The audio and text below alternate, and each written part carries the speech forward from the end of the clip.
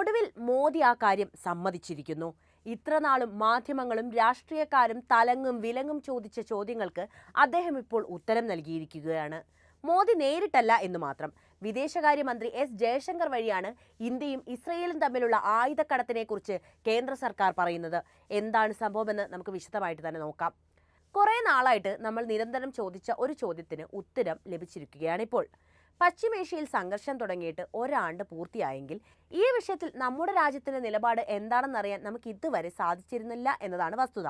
ഇസ്രയേലും ഇറാനും തമ്മിലുള്ള പോരാട്ടത്തിൽ ആരുടെ ഒപ്പമാണ് ഇന്ത്യ എന്ന ചോദ്യം കഴിഞ്ഞ ഒരു വർഷമായി നമ്മൾ ചോദിക്കാറുണ്ടായിരുന്നു. സമാധാന ശ്രമങ്ങളെയാണ് എപ്പോഴും ഇന്ത്യ പിന്താങ്ങുന്നത് എങ്കിലും ഈ യുദ്ധത്തിൽ കൃത്യമായ നിലപാട് വ്യക്തമാക്കാൻ അവർ തയ്യാറായിരുന്നില്ല. ഇരു രാജ്യങ്ങളും ഇന്ത്യയുടെ പ്രിയപ്പെട്ടവർ തന്നെ ആയതുകൊണ്ട് തന്നെ ഈ കാര്യത്തിൽ മൗനം തുടരുകയായിരുന്നു ഇന്ത്യ. അതാണ് ഇപ്പോൾ അവസാനിച്ചിരിക്കുന്നത്. ഇന്ത്യയിൽ നിന്ന് വൻതോതിൽ ആയുധങ്ങൾ ഇസ്രയേലിലേക്ക് കയറ്റുമതി ചെയ്യുന്നുണ്ട് എന്ന വാർത്ത അൽ ജസീറ അടക്കമുള്ള അന്താരാഷ്ട്ര മാധ്യമങ്ങൾ നേരത്തെ തന്നെ റിപ്പോർട്ട് ചെയ്തിരുന്നുവെങ്കിലും ഇക്കാര്യത്തിൽ ഒരു സ്ഥിരീകരണം ഇന്ത്യൻ ഗവൺമെന്റിന്റെ ഭാഗത്തു നിന്ന് ഇതുവരെ ഉണ്ടായിട്ടില്ല. വിദേശകാര്യമന്ത്രി എസ് ജയശങ്കർ പാർലമെന്റിൽ നിന്നുകൊണ്ടാണ് ഇസ്രയേലിനൊപ്പമാണ് ഇന്ത്യ എന്ന് തുറന്നു പറയുന്നത്. ഇത് രാജ്യത്തിന്റെ താല്പര്യമാണെന്നാണ് ജയശങ്കർ ഉറപ്പിക്കുന്നത്.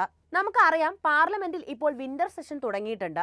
രാജ്യത്തിന്റെ നയതന്ത്ര ബന്ധങ്ങളെക്കുറിച്ച് വിശദമായി സംസാരിക്കേണ്ട ഉത്തരവാദിത്തം ഇവിടെ വിദേശകാര്യമന്ത്രി എസ് ജയശങ്കർ തന്നെയാണല്ലോ ഉള്ളത്. ഈ സന്ദർഭത്തിൽ ഒന്നും ഓർക്കാതെ ഒരിക്കലും അദ്ദേഹം ഇസ്രയേലിനോടൊപ്പം നിൽക്കുക എന്നതാണ് രാജ്യ താല്പര്യമെന്ന് ചുമ്മാ കയറിയൊന്നും പറയത്തില്ല. പശ്ചിമേഷ്യയിലെ ആദ്യത്തെ സംഘർഷമല്ല ഇപ്പോൾ നടന്നുകൊണ്ടിരിക്കുന്നത് എന്ന കാര്യം നമുക്കൊക്കെ അറിയാമല്ലോ. അതിനു മുൻപും ഗാസയിൽ ഇസ്രയേൽ പലതവണ ആക്രമണം നടത്തിയിട്ടുണ്ട്. ഈ സമയത്തൊക്കെ തന്നെ ഇന്ത്യയുടെ പ്രധാനമന്ത്രിമാരായിരുന്ന പലരും ഇസ്രയേലിനെതിരെ ശക്തമായി പ്രതികരിച്ച് രംഗത്ത് വന്നിട്ടുമുണ്ടായിരുന്നു. എന്നാൽ ഇന്ത്യയും ഇസ്രയേലും തുടരുന്ന ബന്ധത്തെക്കുറിച്ച് ചോദിച്ചപ്പോൾ കൃത്യമായി മറുപടി നൽകാതെ ഒഴിഞ്ഞു മാറാനാണ് ഇവിടെ ജയശങ്കർ ശ്രമിച്ചത് എന്നതാണ് മറ്റൊരു കാര്യം. ഇന്ത്യ ഇസ്രയേലിലേക്ക് ആയുധങ്ങളും വെടിക്കോപ്പുകളും കയറ്റുമതി ചെയ്യുന്നുണ്ടോ എന്ന ചോദ്യത്തിന് നേരിട്ട് ഉത്തരം നൽകാൻ വിദേശകാര്യമന്ത്രി എസ് ജയശങ്കർ വിസമ്മതിച്ചു.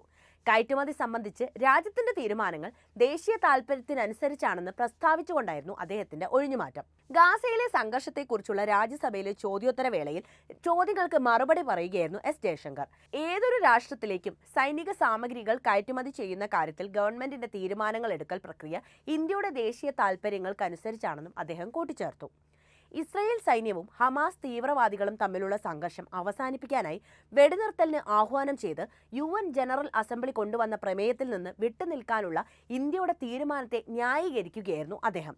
സംഘർഷം ആരംഭിച്ചത് മുതൽ ഇസ്രയേലിലേക്കുള്ള ഇന്ത്യയുടെ ആയുധങ്ങൾ ഉൾപ്പെടെയുള്ള കയറ്റുമതിയുടെ പ്രത്യേകതകളെക്കുറിച്ചുള്ള CPM MP പി സുനീറിന്റെ അന്വേഷണത്തിന് മറുപടിയായിട്ടായിരുന്നു സൈനിക കയറ്റുമതിയുമായി ബന്ധപ്പെട്ട വിവരങ്ങൾ പൊതുസഞ്ചയത്തിൽ ലഭ്യമല്ലെന്ന് ജയശങ്കർ പറഞ്ഞത്. ഇസ്രയേലിലേക്കുള്ള ഞങ്ങളുടെ കയറ്റുമതിയുമായി ബന്ധപ്പെട്ട്, പ്രത്യേകിച്ച് യുദ്ധോപകരണങ്ങളുമായി ബന്ധപ്പെട്ട് നേരിട്ടോ അല്ലാതെയോ ബന്ധപ്പെട്ടിരിക്കുന്ന ഏതൊരു കയറ്റുമതിയും പൊതുസഞ്ചയത്തിലുള്ള വിവരമല്ല. ജയശങ്കർ പറഞ്ഞത് ഇങ്ങനെയാണ്: ഫലസ്തീനിലെ സാധാരണക്കാർക്കെതിരെ ഉപയോഗിക്കുന്നതിനാൽ ഇസ്രയേലിലേക്കുള്ള ആയുധ വിൽപ്പന പുനഃപരിശോധിക്കണമെന്ന അഭ്യർത്ഥനയുമായി വിദേശകാര്യമന്ത്രിയുടെ ഓഫീസിൽ ഇന്ത്യൻ അംബാസിഡർ രേണു യാദവിനെ ഫലസ്തീൻ സഹമന്ത്രി കണ്ടിരുന്നോ എന്ന ചോദ്യം ഉന്നയിക്കുകയായിരുന്നു CPM അംഗമായ ജോൺ ബ്രിട്ടാസ്. ഇത് ചരിത്രപരമായ ഒരു മറുപടിയാണെന്ന് വേണം നമുക്ക് മനസ്സിലാക്കാൻ. കാരണം ഇന്ത്യൻ ചരിത്രത്തിൽ തന്നെ ആദ്യമായിട്ടായിരിക്കണം ഇന്ത്യയുടെ ഒരു വിദേശകാര്യമന്ത്രി ഇസ്രയേലിനോടൊപ്പം എന്നത് രാജ്യത്തിന്റെ താല്പര്യമായിരിക്കും എന്ന് ഉറക്കെ പറയുന്നത്. ഇന്ത്യയുമായി എന്നും വലിയ സഹകരണം കാത്തുസൂക്ഷിക്കുന്ന രാജ്യമാണ് ഇസ്രയേൽ. ഇതുകൊണ്ട് തന്നെ ഈ നിലപാടിൽ മുന്നോട്ട് പോകാൻ തന്നെയാണ് രാജ്യം ശ്രമിക്കുന്നത്. ഇസ്രയേലുമായി പ്രതിരോധ സഹകരണം തുടരാനുള്ള ഇന്ത്യയുടെ തീരുമാനം ദേശീയ സുരക്ഷാ താൽപര്യങ്ങൾ അടിസ്ഥാനമാക്കിയുള്ളതാണെന്നാണ് ജയശങ്കർ പറയുന്നത്. ദേശീയ സുരക്ഷയിൽ ഞങ്ങൾക്ക് ശക്തമായ സഹകരണ റെക്കോർഡുള്ള രാജ്യമാണ് ഇസ്രയേൽ. നമ്മുടെ ദേശീയ സുരക്ഷ അപകടത്തിലായ വ്യത്യസ്ത സന്ദർഭങ്ങളിലൊക്കെ തന്നെ നമുക്കൊപ്പം നിന്ന രാജ്യം കൂടിയാണ് ഇസ്രയേൽ. ഞങ്ങൾ എന്തെങ്കിലും തീരുമാനങ്ങൾ എടുക്കുമ്പോൾ ആ സാഹചര്യങ്ങൾ കൂടി മനസ്സിലാക്കേണ്ടതുണ്ട്. പക്ഷേ ഇതിനൊക്കെ മുകളിലാണ് ദേശീയ സുരക്ഷാ താൽപര്യങ്ങളെന്നും അദ്ദേഹം പറയുന്നു. ഗാസയിൽ ഇസ്രയേലും ഹമാസും തമ്മിലുള്ള നിലവിലെ യുദ്ധത്തെക്കുറിച്ചും ജയശങ്കർ വിലയിരുത്തുന്നുണ്ട്. ഫലസ്തീൻ പ്രശ്നത്തിന് ദുരാഷ്ട്ര പരിഹാരത്തിനുള്ള ഇന്ത്യയുടെ പിന്തുണ ആവർത്തിക്കുകയായിരുന്നു അദ്ദേഹം. തീവ്രവാദം, ബന്ദിയാക്കൽ തുടങ്ങിയ വിഷയങ്ങൾ കുറച്ചു കാണാനോ അവഗണിക്കാനോ കഴിയില്ലെന്നും അദ്ദേഹം കൂട്ടിച്ചേർത്തു. ഫലസ്തീനോടുള്ള ഇന്ത്യയുടെ നയം ദീർഘകാലം നിലനിൽക്കുന്നതാണ്. സുരക്ഷിതവും അംഗീകൃതവുമായ അതിർത്തികൾക്കുള്ളിൽ പരമാധികാരവും സ്വാതന്ത്ര്യവും പ്രായോഗികമായ ഫലസ്തീൻ രാഷ്ട്രം സ്ഥാപിക്കുന്നതിനുള്ള ചർച്ചകളോടുള്ള ദുരാഷ്ട്ര പരിഹാരത്തെ ഞങ്ങൾ എപ്പോഴും പിന്തുണച്ചിട്ടുണ്ട്. ഫലസ്തീന് ഇന്ത്യ നൽകുന്ന മാനുഷിക സഹായവും ഉയർത്തിക്കാട്ടിക്കൊണ്ടായിരുന്നു ജയശങ്കർ സംസാരിച്ചത് മുഴുവൻ. ഇസ്രയേൽ പ്രധാനമന്ത്രി ബെഞ്ചമിൻ നെതന്യാഹു, മുൻ പ്രതിരോധ മന്ത്രി യോഗ് ഗാലന്റ്, ഹമാസ് നേതാവ് മുഹമ്മദ് ദീഫ് എന്നിവർക്കെതിരെ അന്താരാഷ്ട്ര ക്രിമിനൽ കോടതിയുടെ അറസ്റ്റ് വാറന്റിനെക്കുറിച്ചും ജയശങ്കറിനോട് ചോദിക്കുന്നുണ്ട്. എന്നാൽ നമ്മുടെ രാജ്യം ICC അംഗരാജ്യങ്ങളുടെ ഭാഗമല്ലെന്നായിരുന്നു ഈ വിഷയത്തിൽ ഇന്ത്യയുടെ മറുപടി.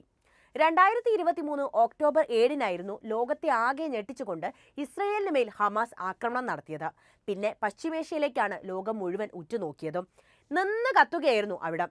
രാജ്യത്തെ വെല്ലുവിളിച്ച ഹമാസ് സംഘടനയെ മുച്ചോട് മുടിപ്പിച്ചേ യുദ്ധത്തിൽ നിന്ന് പിന്മാറുകയുള്ളൂ എന്നാണ് ഇസ്രയേൽ പ്രധാനമന്ത്രി ബെഞ്ചമിൻ നെതന്യാഹു പറഞ്ഞത്. ഇതോടെ യുദ്ധം കനത്തു. ഹിസ്ബുള്ളയും കൂടി ഹമാസിന് പിന്തുണ നൽകി യുദ്ധമുഖത്തേക്ക് കയറി ചെന്നു. ഇസ്രയേലിന്റെ പ്രതികാരാഗ്നിയിൽ ഹമാസ്, ഹിസ്ബുള്ള നേതാക്കളെല്ലാം തന്നെ വധിക്കപ്പെട്ടു. ഒടുവിൽ ഈ സംഘടനകളുടെ ഒക്കെ നേതൃത്വം വഹിക്കുന്ന ഇറാൻ നേരിട്ട് ഈ വർഷം ഒക്ടോബർ 1-ന് ഇസ്രയേലിനെതിരെ മിസൈലുകൾ തൊടുത്തു. ഇതിന് കനത്ത പ്രത്യാഘാതം നേരിടേണ്ടി വരുമെന്ന് ഇസ്രയേൽ മുന്നറിയിപ്പ് നൽകിയിട്ടുണ്ട്. ലെബനനിൽ വെടിനിർത്തൽ കരാറിൽ ഇസ്രയേലും ഹിസ്ബുള്ളയും കടന്നു ചെന്ന് കാര്യങ്ങൾ ശാന്തമാക്കിയെങ്കിലും ഇറാനും ഇസ്രയേലും തമ്മിലുള്ള യുദ്ധം അവസാനിക്കാനായിട്ടില്ല. എന്നാൽ ഇന്ത്യ ഈ വിഷയത്തിൽ ഇതുവരെ ഒരു വ്യക്തമായ നിലപാട് എടുത്തിട്ടില്ല എന്നതാണ് ഇവിടെ എടുത്തു പറയേണ്ട മറ്റൊരു കാര്യം. ബദ്ധവൈരികളായിരുന്നുവെങ്കിലും ഇസ്രയേലും ഇറാനും തമ്മിൽ നേരിട്ട് ഇതുവരെയും സൈനികമായി ഏറ്റുമുട്ടിയിട്ടുണ്ടായിരുന്നില്ല.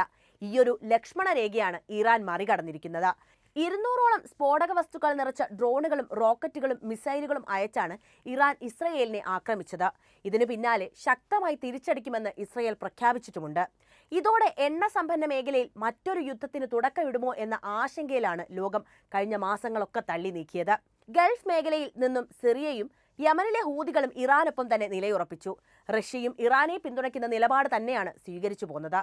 എന്നാൽ ഉക്രൈനുമായി 3 വർഷത്തിലധികം തുടരുന്ന പോരാട്ടം നടത്തുന്ന റഷ്യ കൂടി ഇറാനെ പിന്തുണ നൽകിയതോടെ ഇസ്രയേലിനെ സൈനികപരമായി പിന്തുണ നൽകുന്നത് അമേരിക്കയാണ്. റഷ്യയുടെ ഇറാൻ ചായ്വ് അമേരിക്കയെ വല്ലാതെ ബുദ്ധിമുട്ടിക്കുന്നുണ്ട് എന്നതാണ് മറ്റൊരു കാര്യം. ലോകത്തെ ഏറ്റവും ശക്തരായ സൈനിക ശക്തികൾ ഇസ്രയേലിനൊപ്പമാണ് നിലകൊള്ളുന്നത്. ആഗോള സൂപ്പർ പവറായ അമേരിക്കയും ബ്രിട്ടനും നേരിട്ട് തന്നെ ഇസ്രയേലിനെ ശക്തമായി പിന്തുണയ്ക്കുന്ന രാജ്യങ്ങളാണ്. ഇറാൻ ആക്രമിച്ചേക്കുമെന്ന് രഹസ്യാന്വേഷണ വിഭാഗത്തിന്റെ റിപ്പോർട്ട് വന്നപ്പോൾ തന്നെ അമേരിക്ക ഇസ്രയേലിന് ഒപ്പമായിരിക്കുമെന്ന് ഔദ്യോഗികമായി പ്രഖ്യാപിച്ചിട്ടുമുണ്ടായിരുന്നു. ഇസ്രയേലിനെ ആക്രമിച്ചാൽ ഭവിഷ്യത്ത് ഗുരുതരമായിരിക്കുമെന്നും അമേരിക്ക ഇറാന് മുന്നറിയിപ്പ് നൽകി. അതുപോലെ ഗാസയിൽ ഇസ്രയേൽ നടത്തുന്ന കരയാക്രമണത്തെ വിമർശിക്കുന്നുണ്ടെങ്കിലും നിരവധി പാശ്ചാത്യ ശക്തികൾ നേരിട്ടും അല്ലാതെയും ഇസ്രയേലിനെ പിന്തുണയ്ക്കുന്നു എന്നതാണ് യാഥാർത്ഥ്യം.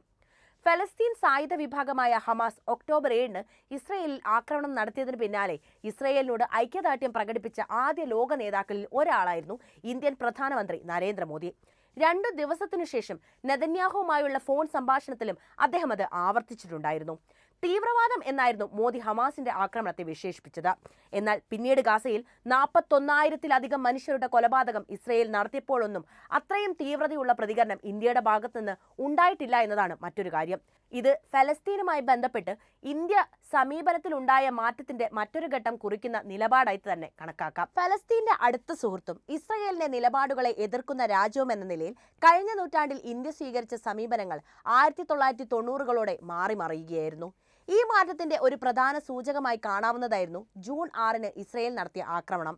അന്നത്തെ ആക്രമണത്തെ സംബന്ധിച്ച് ഗുഡ്സ് ന്യൂസ് നെറ്റ്വർക്ക് പുറത്തുവിട്ട വീഡിയോയിൽ ഇസ്രയേൽ ഉപയോഗിച്ചത് ഇന്ത്യൻ നിർമ്മിത മിസൈലുകളായിരുന്നു എന്ന് ചൂണ്ടിക്കാട്ടിയിട്ടുണ്ടായിരുന്നു.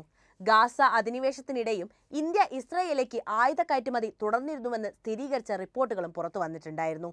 ഇതൊക്കെ ഇന്ത്യയുടെ മാറിയ സമീപനത്തിന്റെ ഉദാഹരണങ്ങളായി അന്ന് പാശ്ചാത്യ മാധ്യമങ്ങൾ എഴുതി ചേർക്കുകയും ചെയ്തു. ഈ റിപ്പോർട്ടുകളെയൊക്കെ സാധൂകരിക്കുന്ന വാക്കുകളാണ് നമ്മുടെ വിദേശകാര്യ മന്ത്രിയിൽ നിന്നും ഇപ്പോൾ വന്നിരിക്കുന്നത്. എന്താണ് ഈ വിഷയത്തിൽ നിങ്ങളുടെ നിലപാട്? ഇന്ത്യയുടെ ഈ സമീപനമാണോ നല്ലത്? ഇന്ത്യ ഇസ്രയേലിനോടൊപ്പം നിൽക്കുന്നു എന്ന് പലപ്പോഴും പറഞ്ഞിട്ടുണ്ടെങ്കിലും ഇത് ആദ്യമായിട്ടാണ് ഇന്ത്യയുടെ വിദേശകാര്യമന്ത്രി അത്തരമൊരു പ്രസ്താവന നടത്തുന്നത്. നിങ്ങളുടെ അഭിപ്രായങ്ങൾ എന്ത് തന്നെയായാലും കമന്റ് ചെയ്യൂ. ഒപ്പം ഈ അറിവുകൾ എല്ലാവരിലേക്കും എത്താനായി വീഡിയോ ഒന്ന് ലൈക്ക് ചെയ്യാനും ഷെയർ ചെയ്യാനും പ്രത്യേകം ശ്രദ്ധിക്കുമല്ലോ.